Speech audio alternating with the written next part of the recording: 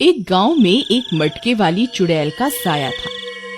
वह बहुत डरावनी थी। रात को 3 बजते ही वह चुड़ैल लोगों को दिखाई देती थी। उसने अपने सिर पर 5 मटके रखे हुए थे। उन मटकों में से आग निकल रही होती थी। गांव वाले उस चुड़ैल को अपने घर की खिड़कियों से छुप छुप कर देखा करते थे, लेकिन उसके पास जाने की हिम्मत किसी में नहीं थी। अजी सुनिए, ये चुड़ैल रोज आधी रात को ये 5 मटके लेकर क्यों घूमती है? पता नहीं इसे किसकी तलाश है। मुझे आभास हो रहा है कि गांव में जरूर कुछ बहुत बुरा होने वाला है। फिर अगले दिन, अरे भाई हीरा, अब तो हद ही हो गई। पूरा साल बीत गया लेकिन बारिश का कोई नामो निशान नहीं है। मुझे तो लगता है इस साल भी गांव में सूखा पड़ेगा। भाई मुझे तो लगता है ये सब उस मटके वाली चुड़ैल की वजह से हो रहा है। वह रोज रात को आग से भरे मटके लेकर पूरे गांव में घूमती है। मुझे लगता है उसी की वजह से गांव में सूखा पड़ रहा है। तुम सही कहते हो। पता नहीं कब इस चुड़ैल से हमारा पीछा छूटेगा। चलो भाई, देर हो रही है। उस लालची सेठ के घर जाना है, उसके कुएं से पानी भरने। अगर लेट हो गए तो बहुत भीड़ हो जाएगी सेठ के कुएं पर। इस लालची सेठ ने तो हद ही कर दी। ये हम सब गांव वालों की मजबूरी का फायदा उठा रहा है। हाँ भाई, तुम सही कहते हो, लेकिन हमारे पास कोई दूसरा रास्ता भी तो नहीं है। अब चलो, वरना देर हो जाएगी। वहीं दूसरी तरफ गांव में सूखा पड़ने की वजह से वह लालची सेठ अपने कुएं का पानी लोगों को बेचा करता था, क्योंकि गांव के लगभग सारे कुएं सूख चुके थे। अरे सेठ जी, आज मेरे पास पैसे नहीं है, मैं कल दे दूंगा। कृपया करके मुझे कुएं से पानी लेने दो। अरे चल भाग यहाँ से। बिना पैसों के किसी को पानी नहीं मिलेगा। पहले पैसे लाओ, फिर पानी पाओ। उस सेठ ने लालच की सारी हदें पार कर दी थी। फिर एक दिन, इस साल भी गांव में सूखा पड़ा है, हमें गांव वालों की मदद करनी चाहिए। हमें अपने कुएं के पानी के लिए लोगों से पैसे नहीं लेने चाहिए। क्यों री, तुझे बड़ी दया आ रही है इन गांव वालों के ऊपर? चुपचाप जाके अपना काम कर, यही तो मौका है पैसे कमाने का। मैं इसे अपने हाथ से नहीं जाने दूंगा। तो फिर ठीक है, मुझे भी इस घर में तुम जैसे लालची इंसान के साथ नहीं रहना। मैं आज ही अपने मायके जा रही हूँ। ठीक है, तुम्हें जहाँ जाना है जाओ, मुझे कोई फर्क नहीं पड़ता। सेठ की इन्हीं आदतों की वजह से उसकी बीवी भी उसे छोड़कर चली जाती है। अब तो मजा ही आ गया। ये सारी धन दौलत अब सिर्फ मेरी है। फिर अगले दिन सुबह होने पर गांव वाले कुएं से पानी भरने के लिए खड़े होते हैं।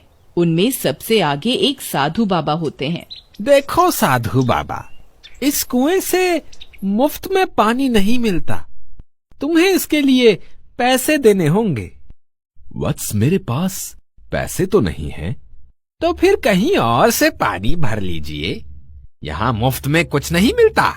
मूर्ख इंसान, तुम ये ठीक नहीं कर रहे हो। तुम में इंसानियत खत्म हो चुकी है। इसके लिए तुम्हें भारी कीमत चुकानी पड़ेगी। इतना बोलकर साधु बाबा वहाँ से चले जाते हैं। फिर रात होने पर वह मटके वाली चुड़ैल फिर से 5 मटके लेकर गांव में आ जाती है। गांव वाले उसे देखकर घबरा जाते हैं। इस बार वह सीधा सेठ के घर के बाहर जाती है और उसका दरवाजा खटखटाती है। अरे इतनी रात को कौन आ गया पानी लेने? इससे 5 गुना ज्यादा पैसे वसूलूंगा पानी के लिए। फिर वह सेठ खिड़की से झांक कर देखता है तो वह हक्का बक्का रह जाता है। अरे मर गए रे, ये तो वही मटके वाली चुड़ैल है। आज ये कहाँ से आ गई? अब मैं क्या करूं?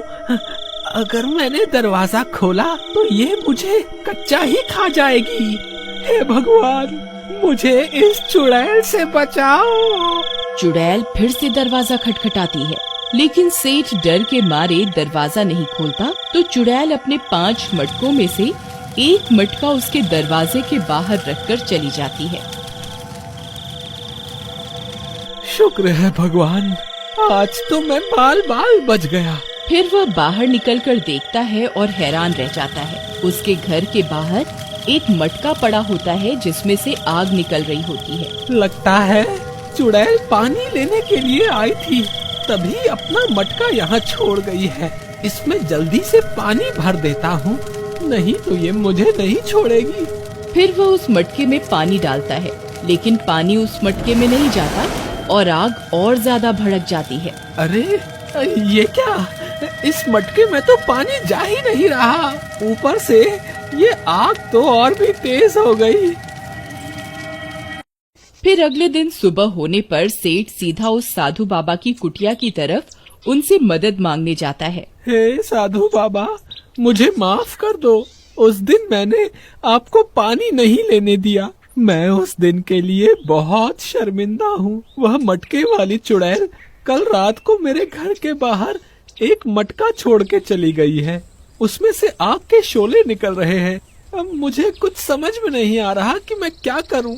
मैंने उसे बुझाने की भी बहुत कोशिश करी, लेकिन वह आग बढ़ती ही जा रही है। कृपया करके मेरी समस्या का कोई समाधान निकाले। हे मूर्ख व्यक्ति, मैंने तुझे पहले भी कहा, तूने लालच की सारी हदें पार कर दी हैं। तुझ में अब कोई इंसानियत नहीं बची, इसीलिए उस चुड़ैल ने तुझे अपने भूत लोक का सरदार चुना है और भेंट स्वरूप वह तुझे आग से भरा मटका देने आई थी। उस चुड़ैल को ऐसे ही व्यक्ति की तलाश थी जिसकी इंसानियत मर चुकी हो। हे साधु बाबा, अब मैं क्या करूं? मुझे उन चुड़ैलों का सरदार नहीं बनना, कोई तो उपाय बताइए। अब तुझे उस चुड़ैल से कोई नहीं बचा सकता। फिर वह उदास होकर वापस अपने घर की ओर चल देता है। फिर अगले दिन रात होने पर, हे भगवान, रात के 3 बज गए हैं, कहीं वह चुड़ैल आज फिर न आ जाए। तभी डरावनी डरावनी आवाजें आने लगती हैं। अरे मर गए रे, लगता है वह चुड़ैल फिर से आ रही है। तभी वह चुड़ैल अपने सिर पर 4 मटके रखकर आती हुई दिखाई देती है। अरे सुषमा, देखो आज इस चुड़ैल के सिर पर 4 मटके ही हैं। अरे मर गए रे, ये तो सीधा यही आ रही है, अब मैं क्या करूं? वह चुड़ैल सेठ का दरवाजा खटखटाती है। हे चुड़ैल, घर पे कोई नहीं है, तू यहाँ से चली जा और अपना मटका भी ले जा, मुझे तुम्हारा सरदार बनने का कोई शौक नहीं। फिर वह चुड़ैल एक और मटका सेठ के घर के बाहर रखती है और चली जाती है। अरे बाप रे, ये तो एक और मटका रख के चली गई। हे भगवान, अब मैं क्या करूं?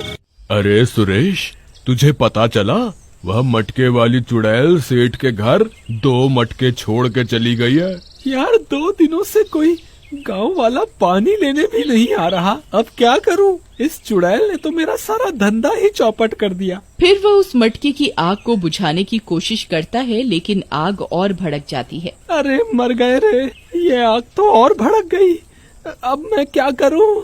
फिर रात होने पर सेठ डरा सहमा हुआ खिड़की से बाहर की ओर देख रहा होता है। तभी उसे फिर से वही चुड़ैल दिखाई देती है। इस बार उसके सिर पर 3 मटके रखे हुए होते हैं। वह रोज की तरह दरवाजा खटखटाती है, लेकिन सेठ की हिम्मत नहीं होती कि वह दरवाजा खोले और चुड़ैल तीसरा मटका भी उसके घर के बाहर छोड़कर चली जाती है। इसी तरह अगले दिन भी चुड़ैल आती है और चौथा मटका भी सेठ के घर के बाहर रखकर चली जाती है। फिर अगले दिन चुड़ैल की खबर सुनकर उसकी पत्नी वापस अपने पति के पास आती है। सुनीता, अच्छा हुआ तुम आ गई, मैं बहुत बड़ी मुसीबत में फंस गया हूँ। वह चुड़ैल मेरे पीछे हाथ धोकर पड़ गई है, मुझे समझ नहीं आ रहा मैं क्या करूँ। मैंने तो आपको पहले ही कहा था कि आपने इंसानियत की सारी हदें पार कर दी हैं। ये तो होना ही था। लेकिन मैं अब सुधरना चाहता हूँ, कोई तो उपाय बताओ, मैं क्या करूँ? फिर अपनी पत्नी के समझाने पर वह अपनी कमाई हुई दौलत को एक पोटली में बांधकर गांव के मुखिया को दे देता है। मुखिया जी, ये वह सारी दौलत है जो मैंने गांव वालों को पानी बेचकर कमाई थी। मुझे मेरी गलती का एहसास हो गया है, कृपा करके इन सारे पैसों को आप गांव वालों में बांट दे। फिर इतना बोलकर सेठ वापस अपने घर की ओर चल देता है। सुनीता, मैं सारे पैसे गांव के मुखिया को दे आया हूँ, अब मेरे मन में कोई डर नहीं है।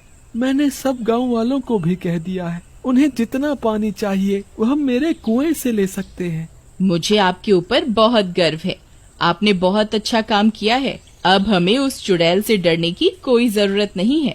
फिर रात होने पर वह चुड़ैल एक मटका लेकर सेठ के दरवाजे पर पहुंचकर दरवाजा खटखटाती है।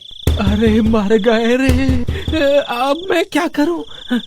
नहीं नहीं, आपने अपनी गलती को सुधार लिया है, अब आपको डरने की कोई जरूरत नहीं है। इतना बोलकर सेठ की पत्नी दरवाजा खोलकर बाहर निकल जाती है। हे चुड़ैल, अब तेरा यहाँ कोई काम नहीं है। मेरे पति अब तुम्हारा सरदार बनने योग्य नहीं है। अब तुम कहीं और जाकर किसी और पापी और जालिम व्यक्ति की तलाश करो। फिर वह चुड़ैल अपने चारों मटके वहाँ से उठाती है और रात के अंधेरे में कहीं गायब हो जाती है।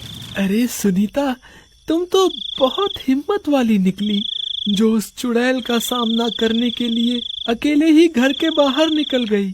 हम जब भी अपनी जिंदगी में कोई गलत काम करते हैं तभी हमें डर लगता है। अगर हमने कोई गलत काम नहीं किया तो हमें किसी से डरने की भी कोई जरूरत नहीं है। और उस गांव से उस चुड़ैल का साया हमेशा हमेशा के लिए खत्म हो जाता है।